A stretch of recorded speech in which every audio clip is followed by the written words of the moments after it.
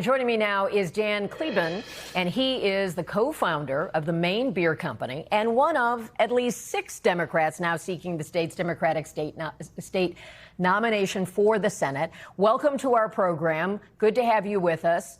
Looks like you're in the office there with maybe some of your product behind you. How'd you guess there? Yes, well, sell what you have, right?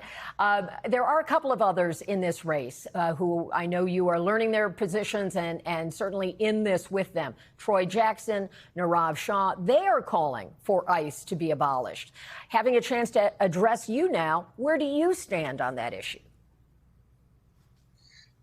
Yeah, I mean, at first, I was at the vigil last night in Biddeford. It was a tremendous turnout, very somber mood.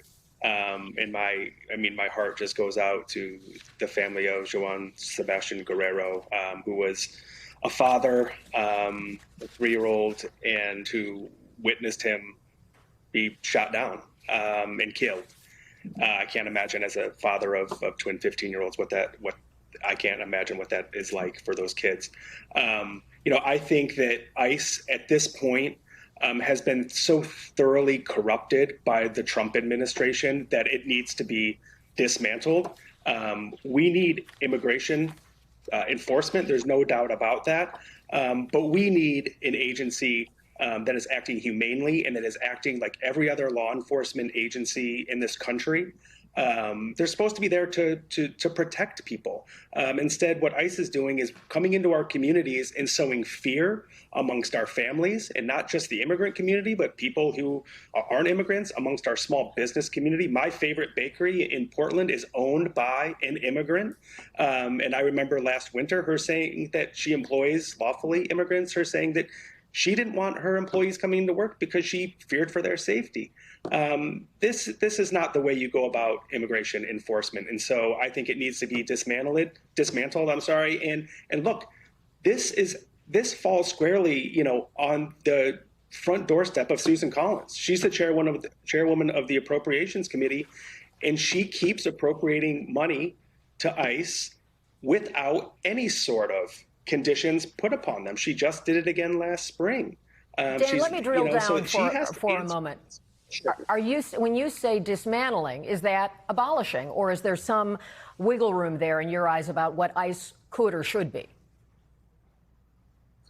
No, when I say dismantle, I think that they have been so thoroughly corrupted, ICE needs to go away. We need to rebuild a new Customs and Border Patrol, ICE, a new enforcement agency, again, that with a new culture to act humanely, that isn't disruptive to communities. Certainly, we definitely want a strong border. And anybody who is here unlawfully and who is committing violent activities, they need to go. But ICE, as currently constituted, is just, I think, rotten to the core and needs to go. That's interesting. Okay, so I also understand that there is a debate in this race. What is your understanding of your ability to participate, and how important would that event be?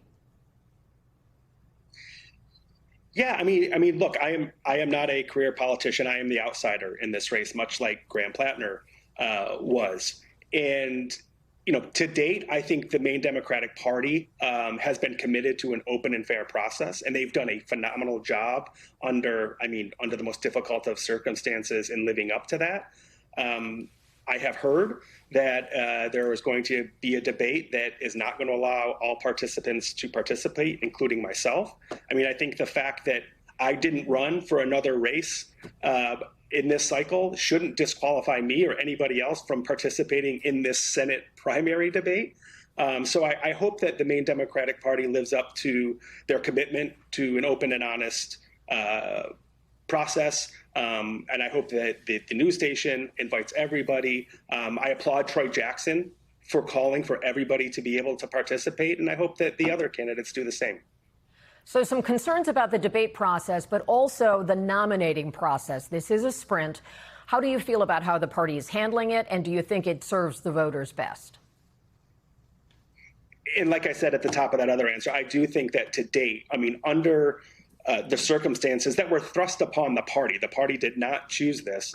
I think they've done as good a job as you can do in trying to provide an open, fair process. Obviously, it is unorthodox. It's going to be a challenge for all of the candidates. But I think their heart was in the right place, and I think to date that they have done a good job. And I think they need to carry that same sort of commitment over to this debate process. I mean, people are sick of a rigged system, and this kind of smells like that. People are sick of that. And at the end of the day, whoever emerges from this mini sprint primary, they need to be seen as legitimate. And I think this kind of debate process is not going to lend itself to that. And let's just explain to our viewers that you ran for the nomination last September and then dropped out of the race in April, citing a lack of financial resources. That hits lots of campaigns. Why do you think you can win the nomination now with this crowded field and this shortened process? Actually, I just quick point of correction. I actually dropped out last fall, and it wasn't because of financial restraints. I did it actually for the best interests of the party. Graham Platner had gotten into the race. I got into the race, and then our governor, Janet Mills, got into the race. And my interest has always been to beat Susan Collins. And a crowded, bloody primary was, I think, not going to yield the strongest nominee. So I voluntarily stepped aside to let the voters decide between Graham Platner and the governor. Obviously, you might have crowded and bloody right now, though, too. I mean, it's 6 of you vying for this. So. It is, but I will just remind folks this is the race that I actually chose to run in. I didn't choose to run in other races, and I'm now hopping in a different race. My goal from talking to my wife and my family a year ago has to beat Susan Collins. Do you think that now that Platner is out and this is a short time frame, just want to ask for the benefit of voters in Maine, is there anything in your background that would come out in vetting that voters should consider? No, I actually had a full vetting done on me prior to getting in this race because I realized that the stakes are so high. We can't, I mean, unfortunately, we lived through it. But I did not want to get into a race against Susan Collins and have it be jeopardized by some skeleton or some sort of October surprise. So I have been fully vetted. I've been happily married for 22 years, twin 15-year-olds. I started a small business here. I've been doing that for the last 2 decades, served on numerous community boards and trade association boards. You know, people know Dan Kleban. And so I can promise you, other than being happily married with kids and a successful small business, there's nothing in my background that I'm concerned about. I would never expose my family to this kind of brutal process if there was. Politics is tough. It is tough. Dan, we appreciate your time today. It is full contact, and thank you for sharing your views and giving voters not only in Maine but around the country a sense of where you stand in what is one of the most talked about races. We really appreciate your time today. Thank you so much. Yeah, and if people are interested more about the campaign, danformaine.com. You made the most of that. We thank you for watching, and remember, stay updated on breaking news and top stories on the NBC News app or watch live on our YouTube channel.